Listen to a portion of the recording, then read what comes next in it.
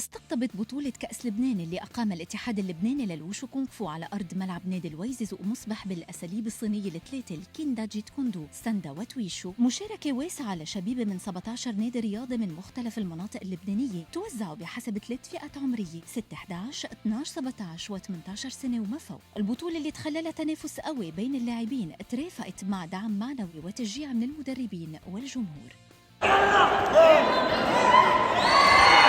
وبمحصلة النتائج احتل نادي الواكو عن فئة 6-11 بأسلوب الكيندا جيت كوندو المركز الأول بمجموع 50 نقطة، نادي كفر عبيدة تاني ب 47 نقطة، ونادي المركزية ثالث ب 41 نقطة. أما عن فئة 12-17 بأسلوب السندا فحل الواكو الأول ب 25 نقطة، نادي الويزي حجز المركز الثاني ب 17 نقطة، وأمن الدولة ثالث ب 14 نقطة. وعن فئة 18 سنة وما فوق بالسندا حل الأنطونية أول ب 28 نقطة، بيلو ريزون ثاني ب 22 نقطة، وتايجر ثالث ب10 نقاط. أما بتويشو ففريق الجيش اللبناني أول، واكو تاني، وكفر عبيدة ثالث.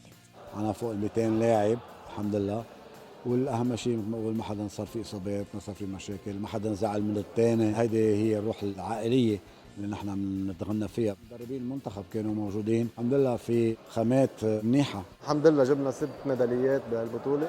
أنا بشاركهم بهيك بطولة لياخدوا خبرة أي محالهم بعد البطولة وين نقاط ضعفهم يشتغلوا عليها.